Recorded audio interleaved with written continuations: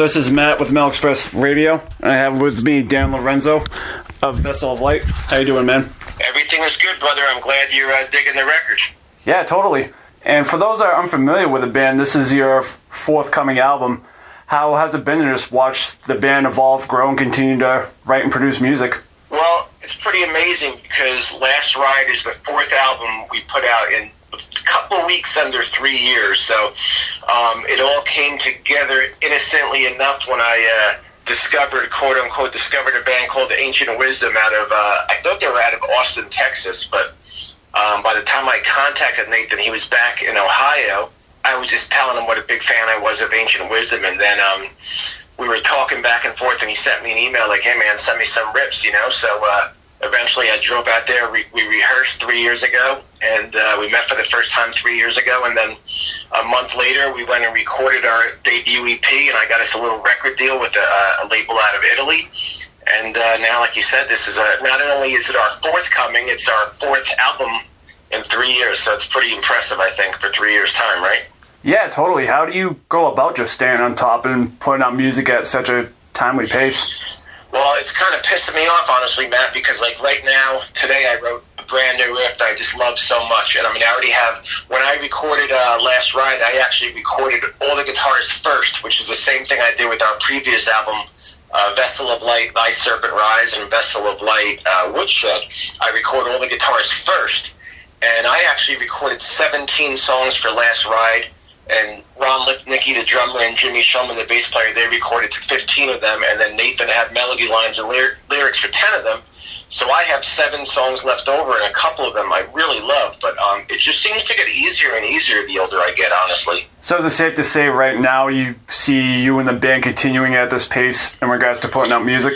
Yeah, I hope so. I mean, there's not a lot of money in it, so I'm laying out a lot of the money, you know. I mean, even though we have a label called Nomad Eel, you know, times are different. It's not like when I was doing a nonfiction record and we get $65,000 to do an album and some publishing money. But it's so much fun. It's so rewarding. I'm in a good place financially because I don't have any children. I have a great job, and you know, I love this band so much that I'm willing to dump money into promotion or whatever.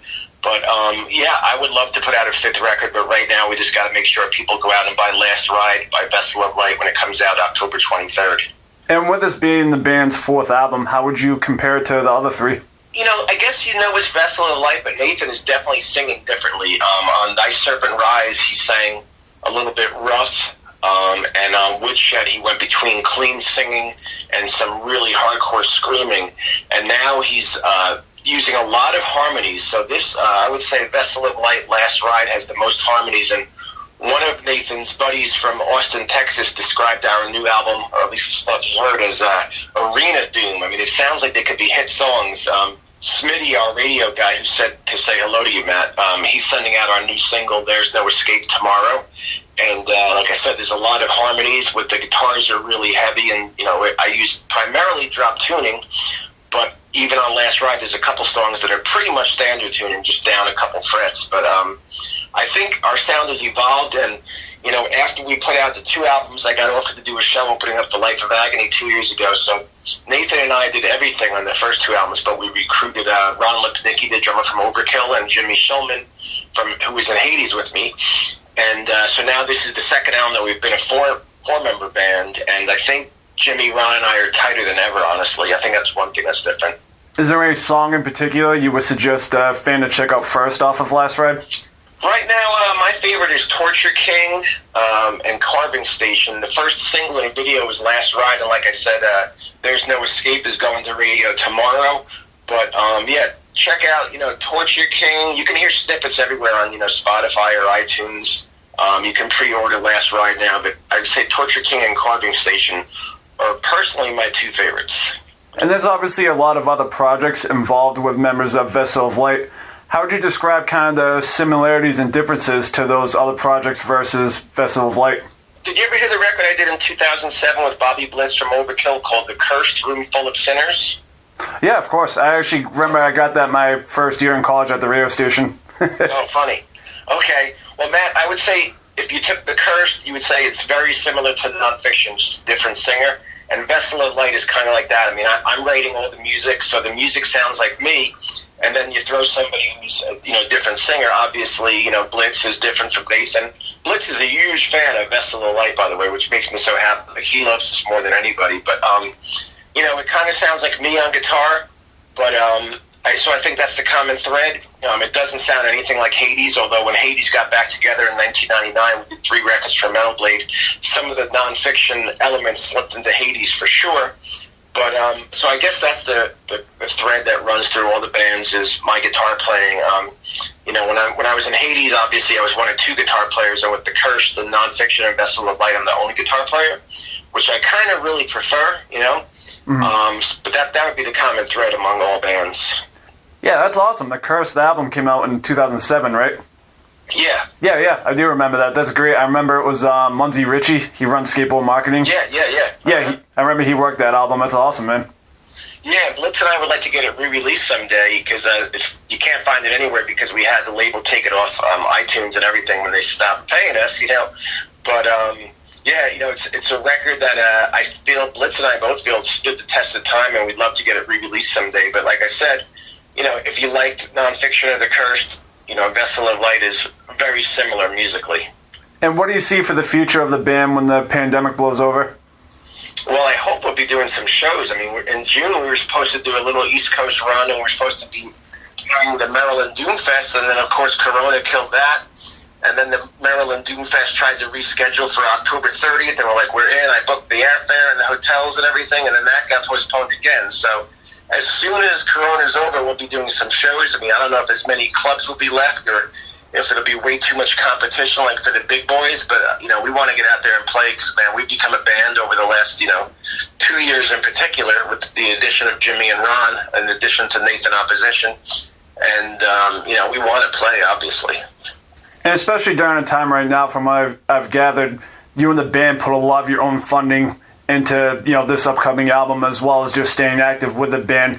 And during such a tough time, what do you see has just been the driving force to keeping Vessel of Light going?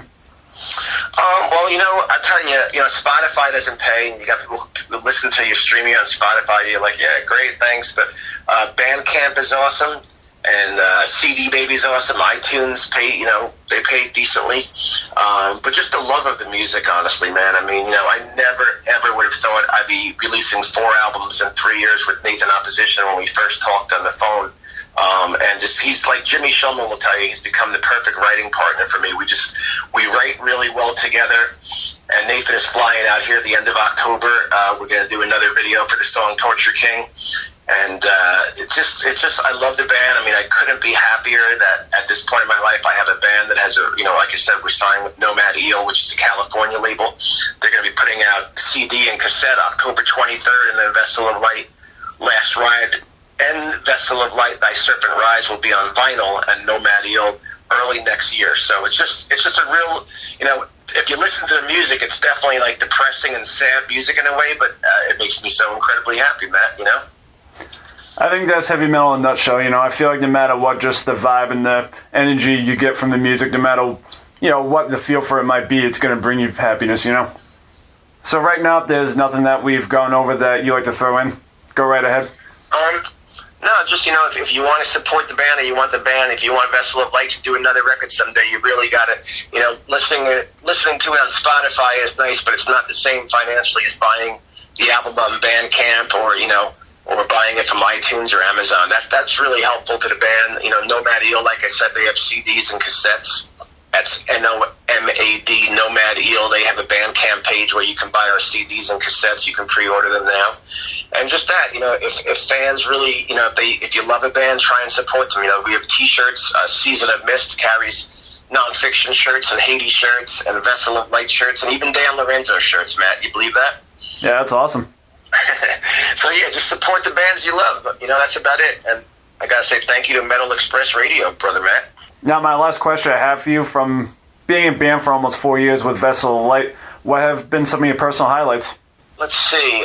We did the New England Stoner and Doom Festival. That was really fun. Opening up for Life of Agony at the sold-out show in New York City was great.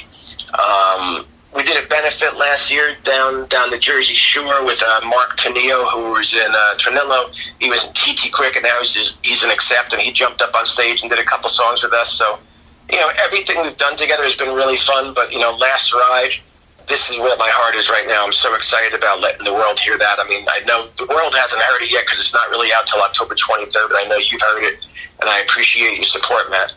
Awesome, man. It's been great talking to you. I can't wait for everyone else to hear the record. And I know it's tough timing. I hope that you and the band come back on top when, the pandemic blows over, and best wishes. Thank you, Matt. Of course, man. I appreciate that.